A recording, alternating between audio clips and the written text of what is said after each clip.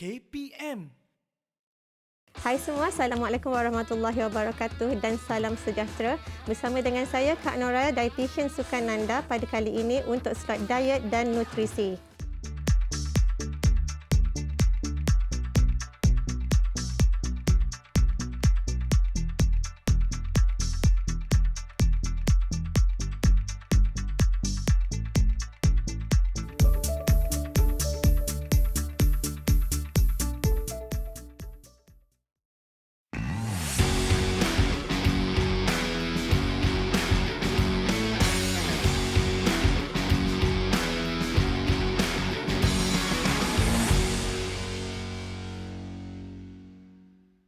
Pada slot kali ini, kita telah bincangkan dua topik penting untuk pemakanan atlet pada sebelum-sebelum ini tentang kalori, tentang makronutrien.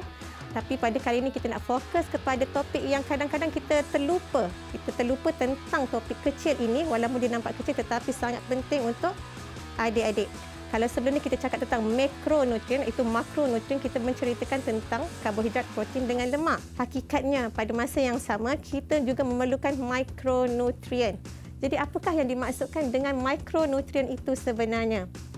Untuk pengetahuan adik-adik, mikronutrien adalah vitamin dan minerals. Apa yang membezakan makronutrien dengan mikronutrien adalah mikronutrien tidak memberikan sebarang tenaga. Berbeza dengan makro tadi adalah sumber tenaga kepada kita untuk sehari. Tetapi mikronutrien iaitu vitamin dan minerals ini tidak memberikan tenaga dan kita sangat perlukan mikronutrien ini untuk fungsi-fungsi asas badan yang lain.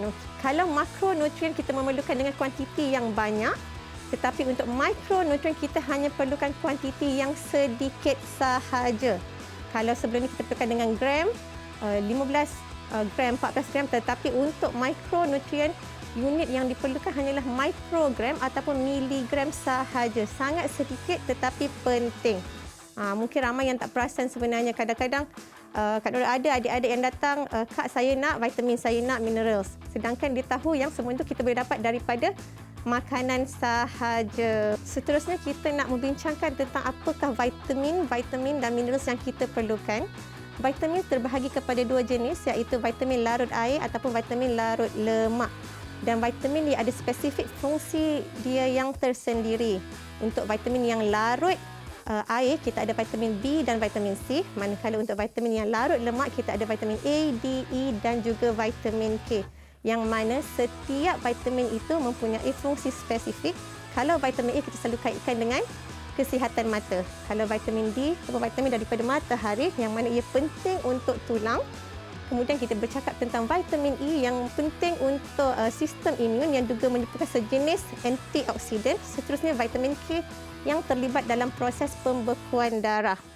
Itu vitamin larut lemak dan semua vitamin kita perlukan daripada makanan. Vitamin kita akan dapat daripada sumber haiwan ataupun sumber tumbuhan itu sendiri dan dia adalah sejenis yang organik. Sekiranya tadi kita berbincang tentang vitamin A, D, E dan K, vitamin B dan C merupakan vitamin larut air. Disebut vitamin larut air, vitamin B sendiri mempunyai B1, B2, 3, 4, 5, 6, 9 dan 12. Banyak jenis dan sememangnya vitamin B ini dikaitkan dengan penghasilan tenaga. Dia tidak memberikan tenaga tapi dia relate ataupun bersangkut paut dengan proses penghasilan tenaga di dalam tubuh badan kita.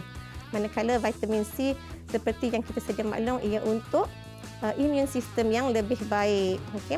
Jadi vitamin B dengan C adalah vitamin larut air di mana dia tidak disimpan di dalam badan. Jadi kalau kita mengambil dengan jumlah yang berlebihan dia akan disingkirkan, tetapi kita perlu mengambil vitamin B dan C pada setiap hari bagi memastikan kita cukup vitamin B dengan C. Berbeza untuk vitamin A, D, E dan K. Ia adalah vitamin larut lemak dan vitamin ini akan disimpan di dalam hati iaitu liver dan juga di dalam adipose tissue. Jadi, kalau vitamin ini disimpan di dalam dua tempat tersebut ataupun vitamin larut lemak ini disimpan di dua tempat tersebut, pengambilan yang berlebihan boleh menyebabkan toxicity. Jadi kita tak boleh nak ambil berlebihan. Vitamin A, D, E, K ni kena bimbang. Dia akan menyebabkan toxicity kepada tubuh badan kita kerana ia tidak disingkirkan keluar. Contoh paling mudah, kalau berlebihan vitamin A, kita akan mengalami masalah skin, masalah muscle dan juga masalah-masalah lain yang seterusnya harmful ataupun menyebabkan kita ada masalah kesihatan yang lain. Maka vitamin A, D, E, K tidak boleh diambil secara berlebihan.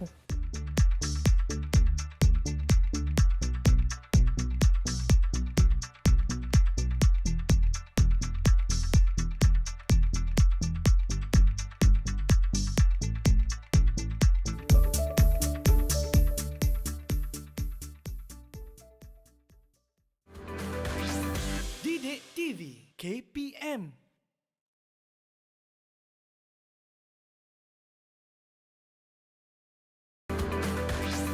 Didik TV KPM.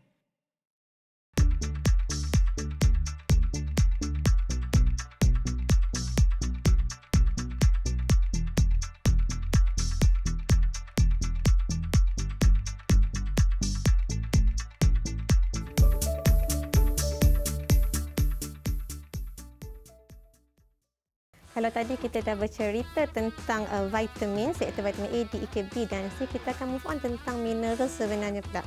Mineral adalah sejenis micronutrient, sama ada kita akan ada tentang trace minerals ataupun mineral yang kita perlukan dalam kuantiti yang banyak. Antara mineral yang kita perlukan dalam kehidupan kita untuk fungsi tubuh, kita perlukan kalsium, kita perlukan iron ataupun zat besi, kita perlukan fosforus, kita perlukan sulfur, kita juga perlukan selenium, magnesium dan banyak lagi minerals-minerals lain yang mana minerals ini adalah inorganik dan kita dapat minerals ini daripada soil ataupun tanah dan ini akan diabsorb kepada tumbuh-tumbuhan, kemudian kita akan makan makanan tersebut. Dari itulah sumber minerals yang kita akan dapat daripada tumbuh-tumbuhan ataupun makanan yang kita makan. Kenapa berlaku kekurangan vitamin dan mineral di kalangan atlet remaja? Okey, pada fasa ini, fasa remaja merupakan satu fasa yang sangat penting. Kita perlukan semua nutrien, bukan sahaja makronutrien tapi mikronutrien. Dan pada fasa ini juga sebenarnya kebanyakan mikro dan makronutrien kita perlukan dengan kuantiti yang lebih berbanding dengan fasa-fasa yang lain. Berbanding dengan fasa dewasa, berbanding dengan fasa kanak-kanak. Jadi ialah satu fasa tumbesaran yang mana dah semestinya vitamin dengan mineral diperlukan untuk tumbesaran, diperlukan untuk fungsi sistem yang lebih baik. Kenapa berlaku defisiensi ataupun kekurangan vitamin dengan minerals di kalangan atlet? Antaranya disebabkan oleh eating behavior ataupun corak pemakanan itu sendiri. Okey, salah satunya disebabkan oleh restricted eating habit ataupun restricted calorie. Pengurangan kalori secara tak langsung apabila atlet mengambil kalori yang lebih rendah, dia akan berisiko untuk kurang certain vitamin ataupun minerals. Itu tentang pengurangan kalori. Kemudian sikap atlet sendiri seperti picky eater ataupun fussy eater. Okay, picky dengan fussy eater ni maksudnya dia sangat memilih makanan. Jadi apabila dia bersikap memilih makanan, tidak makan makanan A, B atau C, contohnya tak makan roti ataupun dia pilih tak makan buah-buahan, dia akan ada berlaku kekurangan vitamin dengan minerals ataupun memilih food group itu sendiri sebab setiap food group itu sendiri mempunyai nutrien yang berbeza, khasiat yang berbeza dan ia melengkapi di antara satu sama lain. Itu adalah antara punca mengapa atlet mudah mengalami kekurangan ataupun defisiensi vitamin dengan minerals. Dan lagi satu untuk atlet, turnover ataupun penggunaan vitamin dengan minerals itu lebih tinggi berbanding dengan orang biasa disebabkan oleh faktor latihan. Jadi penggunaannya akan jadi lebih banyak dan turnover rate menjadi lebih tinggi. Oleh itu pada fasa ini juga sesetengah atlet memerlukan lebih vitamin atau mineral tertentu untuk overcome keadaan ini. Okay, seterusnya, Kak Nora nak cerita pasal kalsium. Bila sebut tentang kalsium, secara amnya adik-adik akan terfikir cuma susu sahaja. Susu dan sudu, betul, susu memang tinggi dengan kalsium. Tetapi sebenarnya makanan lain turut mengandungi kalsium. Dan apa kepentingan kalsium sebenarnya? Dia adalah untuk kesihatan tulang. Dan pada masa yang sama, jangan lupa kalsium juga diperlukan untuk muscle contraction, untuk otot adik-adik juga. Okey. Jadi sebenarnya bukanlah kita minum susu tu semata-mata kita nak kita tinggi untuk kesihatan tulang saja, tapi kita minum supaya kita dapat menjaga kesihatan ataupun masa contraction kita dengan lebih baik, especially untuk atlet. Antara sumber makanan yang tinggi dengan kalsium selain susu, kita ada sayuran yang tinggi dengan kalsium juga. Kita ada produk-produk seperti soya yang mana difortifikasi dengan kalsium. Kita juga ada makanan-makanan tenusu seperti yogurt tinggi dengan kalsium. Kita ada cheese juga tinggi dengan kalsium. Dan untuk pengetahuan adik-adik, untuk remaja lelaki dan remaja perempuan, kalsium yang diperlukan adalah 1,300 mg sehari. Yang mana bagi adik-adik nak mencapai kalsium itu, boleh ambil 2 hingga 3 hidangan ataupun sajian susu ataupun produk tenusu untuk fulfill 1,300 mg dan diletakkan di dalam diet seharian adik-adik. Mineral tadi kalsium, kemudian kita sebut tentang yang kedua vitamin D. Sebenarnya kalsium dengan vitamin D ni dia saling memerlukan sebenarnya. Dua untuk kesihatan tulang yang lebih baik. Tapi vitamin D kita panggil sunlight vitamin. Kita mudah nak dapat daripada cahaya matahari itu sendiri sebenarnya. Okey, tapi ada juga makanan yang ada vitamin D sebenarnya tapi sangat sedikit. Jadi lebih mudah untuk kita dapat vitamin D daripada cahaya matahari. Antara makanan yang ada vitamin D, antaranya makanan yang ikan yang tinggi lemak. Contohnya kita ada mackerel, kita ada salmon pun tinggi vitamin D, dan juga makanan-makanan bijirim-bijirim ni yang mungkin diperkayakan dengan vitamin D. Okey, difortifikasi dengan vitamin D, jadi kita dapat sumber vitamin D daripada makanan-makanan tersebut juga. Okey, seterusnya kita nak cakap tentang mineral yang seterusnya dan sangat penting untuk atlet. Kita bercakap tentang kepentingan zat besi. Penting untuk atlet mengetahui yang zat besi sangat penting ataupun iron. Okay, kekurangan zat besi akan menyebabkan atlet mudah mengalami kelesuan ataupun cepat letih ataupun fatigue. Okey, apa fungsi zat besi sebenarnya? Zat besi diperlukan untuk mengangkut oksigen di dalam darah adik-adik.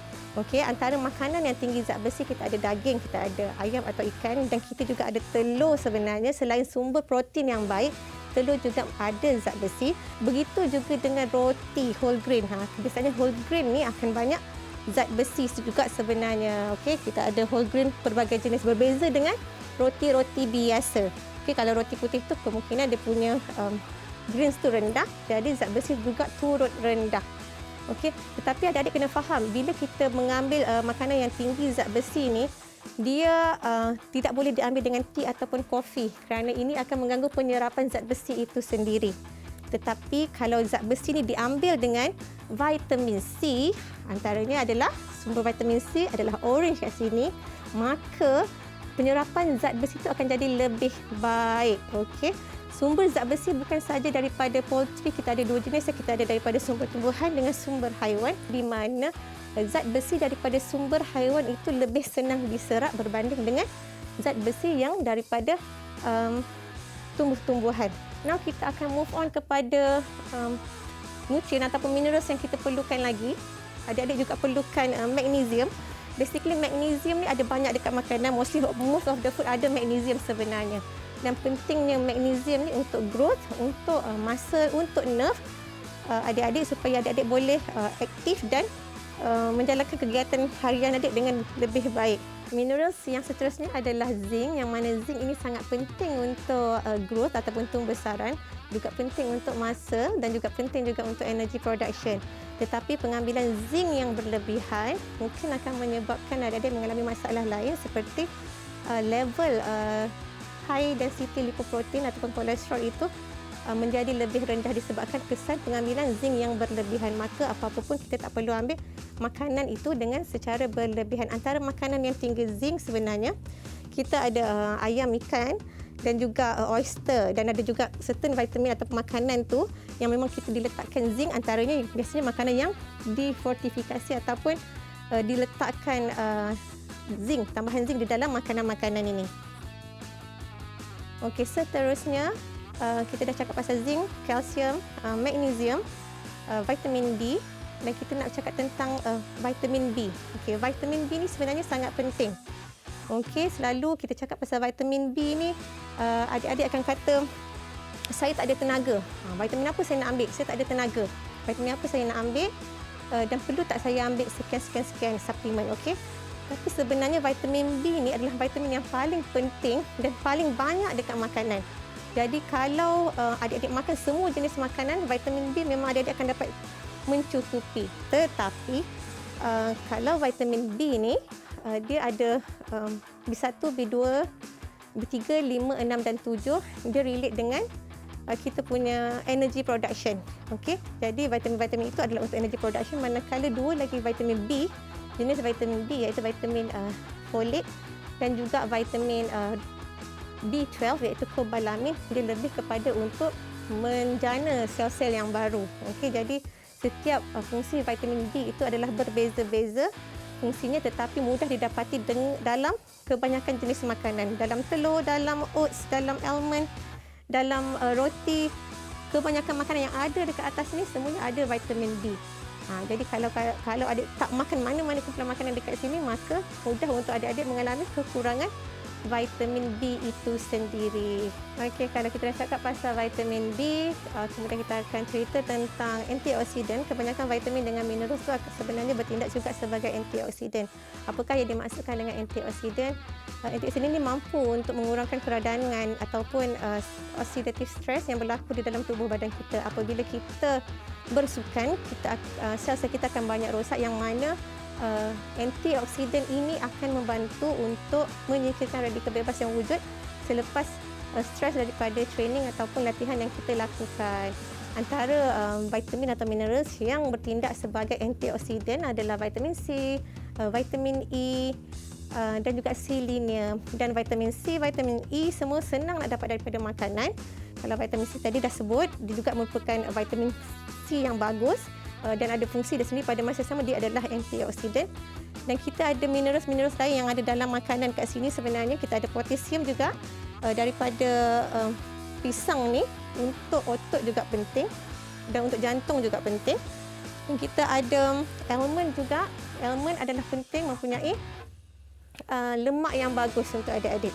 Okey, kita pasti perlukan lemak. Ingat, kita perlukan lemak, tetapi kita perlu pastikan lemak yang kita ambil itu adalah lemak yang sihat, antaranya daripada almond. Okey, dan antioksidan ini dah tentu membantu untuk mengurangkan muscle soreness yang berlaku di dalam tubuh adik-adik apabila adik-adik menjalankan aktiviti fizikal. Jadi penting untuk adik-adik ambil semua vitamin, semua mineral dengan jumlah yang sepatutnya, supaya adik-adik dapat menjalankan fungsi tubuh yang sempurna. Badan adik dapat bekerja dengan baik, memproses semua makanan yang dah adik-adik makan dan dapat perform di dalam prestasi sukan adik-adik.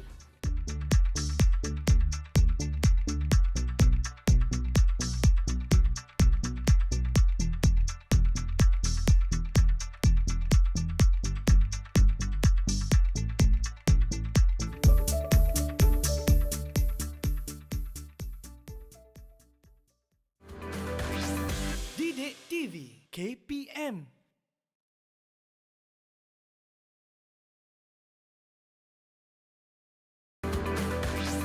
Didik TV KPM.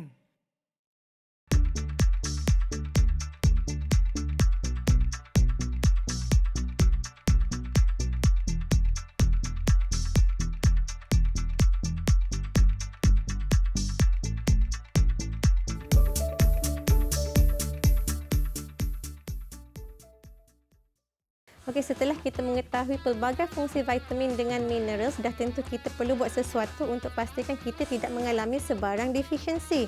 Adik-adik perlu elakkan berlakunya defisiensi setelah adik-adik mengetahui betapa pentingnya kesemua makronutrien yang kita perlukan, betapa pentingnya vitamin, betapa pentingnya minerals untuk fungsi tubuh adik-adik pada setiap hari. Yang pertama, adik-adik perlu fokus kepada pengambilan makanan yang mempunyai high nutrient density, mempunyai kepadatan nutrien yang lebih tinggi, iaitu satu jenis makanan yang mempunyai pelbagai jenis vitamin dan minerals. Okey, jadi kalau adik-adik makan kepada makanan yang jenis whole ini, adik-adik secara tak langsung akan mengambil banyak vitamin dan lengkap. Jadi fokus kepada makanan yang high nutrient density seperti yang Kak Nur dah tunjukkan awal-awal tadi. Kita ada pelbagai makanan yang tinggi dengan density nutrien ataupun ketumpatan nutrien itu sendiri. Yang kedua, kepelbagaian. Pastikan adik-adik pada setiap hari pelbagaikan makanan adik-adik tidak monotonous. Maksudnya tidak stick kepada satu makanan yang sama pada setiap hari, satu makanan yang sama pada setiap kali waktu makan. Contohnya, pagi makan telur, tengah hari makan telur dan makan malam juga makan telur. Jadi tiada kepelbagaian makanan yang berlaku dekat situ. Begitu juga dengan pengambilan sayur-sayuran. Hari-hari mengambil sayur yang sama, adik-adik akan menyebabkan adik-adik kekurangan certain vitamin atau minerals yang ada di dalam sayur-sayuran yang lain. Yang ketiga adalah seimbang. Okey, kita dah pergi kepada nutrient density, kepelbagaian, variety dan seterusnya adalah seimbang. Pastikan seimbang semua kumpulan makanan. Karbohidrat, protein, lemak. Sebab apabila berlaku keseimbangan ini, secara tidak langsung, kalau boleh jamin yang adik-adik takkan kekurangan mana-mana mikronutrien itu sendiri. Seterusnya, pergi kepada makanan-makanan yang difortifikasi. Walaupun satu-satu makanan itu kurang certain vitamin atau minerals, tetapi sebenarnya di dalam pasaran kita sendiri banyak makanan difortifikasi. Apakah yang dimaksudkan dengan difortifikasi? Ditambahkan certain vitamin dengan minerals di dalam makanan tersebut supaya makanan itu lebih banyak nutrien. Contohnya kalau macam susu, mungkin akan ditambah dengan certain vitamin D, mungkin akan ada juga minerals-minerals yang lain supaya makanan itu lebih banyak kandungan nutrien dia. Begitu juga dengan kacang soya, okey, ataupun susu soya. Kalau dia punya kalsium rendah, dia akan ditambahkan dengan ekstra kalsium ataupun nutrien-nutrien yang lain supaya makanan itu tinggi dengan nutrien-nutrien yang lain dan adik-adik akan dapat manfaat daripada pengambilan makanan-makanan yang difortifikasi ini. Jadi boleh tengok dekat food labels, makanan-makanan yang difortifikasi. Yang seterusnya, adik-adik boleh mencari makanan yang adik-adik nak sediakan tu, menjaga kualiti makanan tersebut. Bagaimana adik-adik boleh menjaga kualiti makanan tersebut adalah menjaga cara masakan. Okay, kita kata tadi makanan yang whole food ini, makanan yang raw ni, yang whole food macam ayam, ikan, daging, sayur-sayuran, buah-buahan ini adalah makanan yang berkualiti tinggi, mempunyai nutrien yang banyak. Jadi kalau kita nak dapat manfaat daripada setiap makanan tersebut, kita kena pastikan kita masak dengan cara yang betul sebab masakan pun akan mempengaruhi nutrien di dalam makanan-makanan itu. Jadi adik-adik kena pastikan cara masakan, cara penyimpanan juga betul supaya apabila adik memakan makanan-makanan tersebut, adik-adik akan mendapat kesemua vitamin dengan mineral dan cukup untuk keperluan seharian adik-adik yang mana memerlukan kuantiti yang tertentu vitamin dengan mineral tersebut untuk berfungsi dengan lebih baik. Dengan cara ini, dah tentu adik-adik akan mengelakkan semua risiko-risiko yang berlaku sekiranya adik-adik kurang pengambilan nutrien. Dan ini adalah sangat tidak sihat, sangat tidak bagus untuk atlet remaja kerana dah tentu kekurangan certain vitamin, certain minerals akan mempengaruhi prestasi sukan adik-adik. Pada masa yang sama, dia akan mengganggu tumbuh besaran.